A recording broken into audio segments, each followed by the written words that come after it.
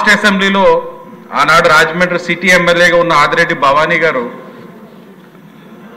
గత 5 సంవత్సరాలు ఏదైతే అధికార పార్టీ వైఎస్ఆర్ కాంగ్రెస్ పార్టీ వారు మద్యాన్ని ఒక ఆదాయం కింద తీసుకొని కల్తీ మద్యం ఏరులై పారే సమయంలో ప్రాణాలు కోల్పోతున్న వారి పక్షాన తెలుగుదేశం పార్టీ ఆనాడు ఎమ్మెల్యేగా ఆవిడ మాట్లాడడం జరిగింది అధ్యక్ష. అది కూడా అసెంబ్లీ సాక్షిగా మాట్లాడితే ఆవిడ పైన ఒక మహిళ ప్రజాప్రతినిధి అసెంబ్లీ సాక్షిగా మాట్లాడిన అంశాన్ని సోషల్ మీడియాలో విపరీతంగా ట్రోల్ చేశారు అధ్యక్ష. ఆవిడ్ని కానీ నన్ను కానీ ఆఖరికి మా బాబుని అంటే కుటుంబ సభ్యులు మొత్తం దారుణాతి దారుణమైన ట్రోలింగ్స్ అధ్యక్ష. మరి ఆనాడు ఇది జరిగినప్పుడు ఆనాడు స్పీకర్గా ఉన్న ఆనాటి ఏదైతే స్పీకర్గా ఉన్న తమ్మినేని సీతారాం గారికి రికార్డెడ్గా ఏదైతే సోషల్ మీడియాలో వైఎస్ఆర్ కాంగ్రెస్ పార్టీ టీం ఏదైతే మీకు చెప్పున్న ఆర్గనైజ్డ్ క్రైమ్ సిండికేట్ అధ్యక్ష చేసింది రికార్డెడ్గా ఆయనకి ఇస్తే ఏ విధమైన చర్యలు లేవు అధ్యక్ష.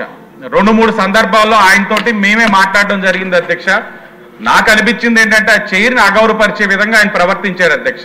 మిమ్మల్ని కోరేది ఏంటంటే ఇప్పుడు మీకు మరలా ఇస్తాం ఏదైతే వైఎస్ఆర్ సోషల్ మీడియా టీం మొత్తం మీరు చర్యలు తీసుకోవడం ఒక అంశం అయితే, రెండోది దిశ చట్టం అధ్యక్ష.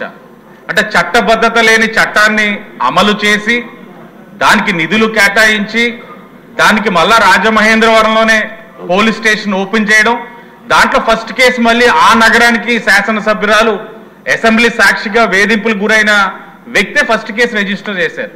దాని మీద కూడా ఏ విధమైన చర్యలు లేవు. అంటే దౌర్భాగ్యం ఏంటంటే అధ్యక్ష, దానికి ఆ దిశ చట్టానికి టార్గెట్స్ అధ్యక్ష. లా అండ్ ఆర్డర్ వారు ట్రాఫిక్ సిగ్నల్స్ దగ్గర ఆపడం, ఆడవాళ్ళతో డౌన్లోడ్ చేయిస్తే ఒక లెక్క అధ్యక్ష, కానీ మగవాళ్ళని కూడా ఆపించి దానికి టార్గెట్స్ డౌన్లోడ్ చేయించడం. అంటే అధికార యంత్రాంగాన్ని ఏ విధంగా వారు ఉపయోగించుకున్నారన్న దానికి ఇది ఒక నిదర్శనం అధ్యక్ష. మిమ్మల్ని కోరేది ఒకటి అసెంబ్లీ సాక్షిగా ఒక మహిళా ప్రజాప్రతినిధి పైన ఇలాంటి దుష్ప్రచారం చేసిన ఆ వైఎస్ఆర్సీపీ సోషల్ మీడియా ఆ అల్లరి మొక్కల్ని కఠినంగా శిక్షించడం ఒకటైతే, ఈ దిశ చట్టం ఏదైతే ఉందో చట్టబద్ధత లేని చట్టానికి నిధులు కేటాయించిన విధానం, దానిపైన ఎంక్వైరీ వేసి దానికి ఏ విధంగా ఖర్చు పెట్టారు నిధులు ఏవైనది అని అన్నింటి మీద కూడా ఎంక్వైరీ చేయాలని మిమ్మల్ని కోరుతా ఉన్నా అధ్యక్ష. ధన్యవాదాలు. బాలరాజు గారు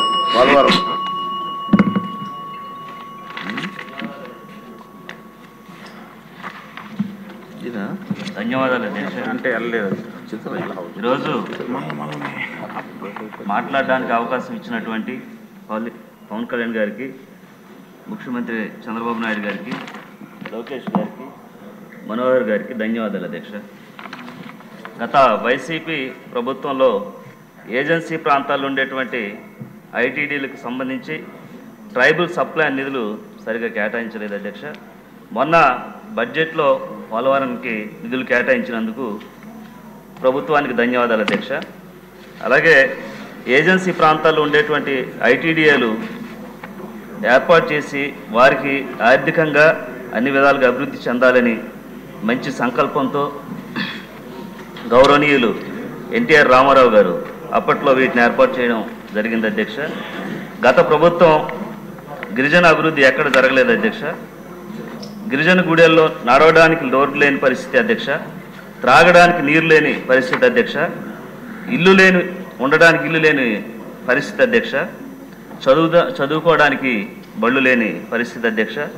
ఇప్పటి వరకు కొన్ని గ్రామాల్లో కరెంటు కూడా లేని పరిస్థితి అధ్యక్ష. కనీసం వారి సమస్యలు ఎవరికి చెబితే సమస్యలు తీరుతాయో తెలియని పరిస్థితి అధ్యక్ష. గిరిజన బ్రతుకులు మార్చాలంటే కేవలం మన ఎన్డీఏ కూటమి ద్వారా సాధ్యం అధ్యక్ష. అలాగే గత వైసీపీ లాస్ట్ అసెంబ్లీలో ఆనాడు రాజమండ్రి సిటీ ఎమ్మెల్యేగా ఉన్న ఆదిరెడ్డి భవానీ గారు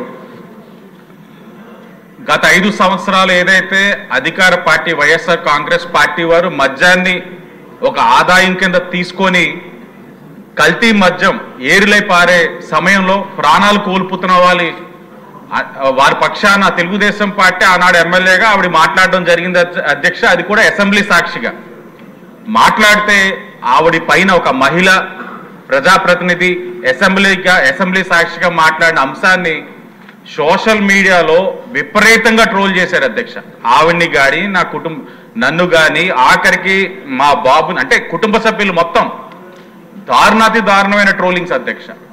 మరి ఆనాడు ఇది జరిగినప్పుడు ఆనాడు స్పీకర్గా ఉన్న ఆనాటి ఏదైతే స్పీకర్గా ఉన్న తమ్మినేని సీతారాం గారికి రికార్డెడ్గా ఏదైతే సోషల్ మీడియాలో వైఎస్ఆర్ కాంగ్రెస్ పార్టీ టీం ఏదైతే మీకు చెప్పున్న ఆర్గనైజ్డ్ క్రైమ్ సిండికేట్ అధ్యక్ష చేసింది రికార్డెడ్గా ఆయనకి ఇస్తే ఏ విధమైన చర్యలు లేవు అధ్యక్ష. 2-3 సందర్భాల్లో ఆయనతోటి మేమే మాట్లాడడం జరిగింది అధ్యక్ష. నాకు అనిపించింది ఏంటంటే ఆ చైర్ని అగౌరవపరిచే విధంగా ఆయన ప్రవర్తించారు అధ్యక్ష. మిమ్మల్ని కోరేది ఏంటంటే ఇప్పుడు మీకు మరలా ఇస్తాం, ఏదైతే వైఎస్ఆర్ సోషల్ మీడియా టీం మొత్తం మీరు చర్యలు తీసుకోవడం ఒక అంశం అయితే, రెండోది దిశ చట్టం అధ్యక్ష. అంటే చట్టబద్ధత లేని చట్టాన్ని అమలు చేసి దానికి నిధులు కేటాయించి దానికి మళ్ళా రాజమహేంద్రవరంలోనే పోలీస్ స్టేషన్ ఓపెన్ చేయడం, దాంట్లో ఫస్ట్ కేసు మళ్ళీ ఆ నగరానికి శాసనసభ్యురాలు అసెంబ్లీ సాక్షిగా వేధింపులకు గురైన వ్యక్తే ఫస్ట్ కేసు రిజిస్టర్ చేశారు. దాని మీద కూడా ఏ విధమైన చర్యలు లేవు. అంటే దౌర్భాగ్యం ఏంటంటే అధ్యక్ష, దానికి ఆ దిశ చట్టానికి టార్గెట్స్ అధ్యక్ష.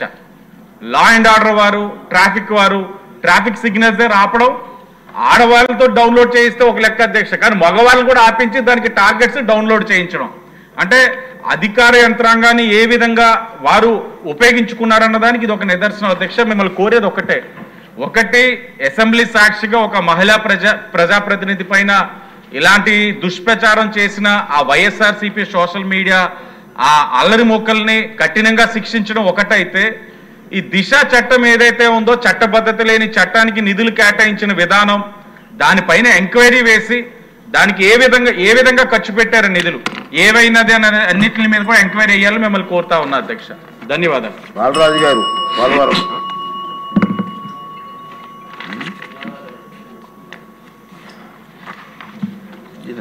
ధన్యవాదాలు అధ్యక్ష. అంటే వెళ్ళలేదు ఈరోజు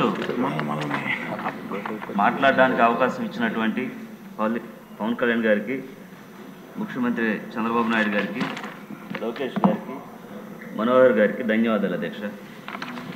గత వైసీపీ ప్రభుత్వంలో ఏజెన్సీ ప్రాంతాల్లో ఉండేటువంటి ఐటీడీలకు సంబంధించి ట్రైబల్ సప్లై నిధులు సరిగా కేటాయించలేదు అధ్యక్ష. మొన్న బడ్జెట్లో పోలవరానికి నిధులు కేటాయించినందుకు ప్రభుత్వానికి ధన్యవాదాలు అధ్యక్ష.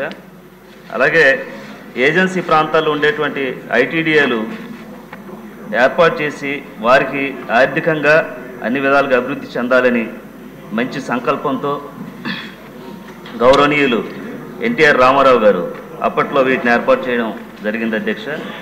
గత ప్రభుత్వం గిరిజన అభివృద్ధి ఎక్కడ జరగలేదు అధ్యక్ష. గిరిజన గుడెల్లో నడవడానికి రోడ్లు లేని పరిస్థితి అధ్యక్ష, త్రాగడానికి నీరు లేని పరిస్థితి అధ్యక్ష, ఉండడానికి ఇల్లు లేని పరిస్థితి అధ్యక్ష, చదువుకోవడానికి బళ్ళు లేని పరిస్థితి అధ్యక్ష. ఇప్పటి వరకు కొన్ని గ్రామాల్లో కరెంటు కూడా లేని పరిస్థితి అధ్యక్ష. కనీసం వారి సమస్యలు ఎవరికి చెబితే సమస్యలు తీరుతాయో తెలియని పరిస్థితి అధ్యక్ష. గిరిజన బ్రతుకులు మార్చాలంటే కేవలం మన ఎన్డీఏ కూటమి ద్వారా సాధ్యం అధ్యక్ష.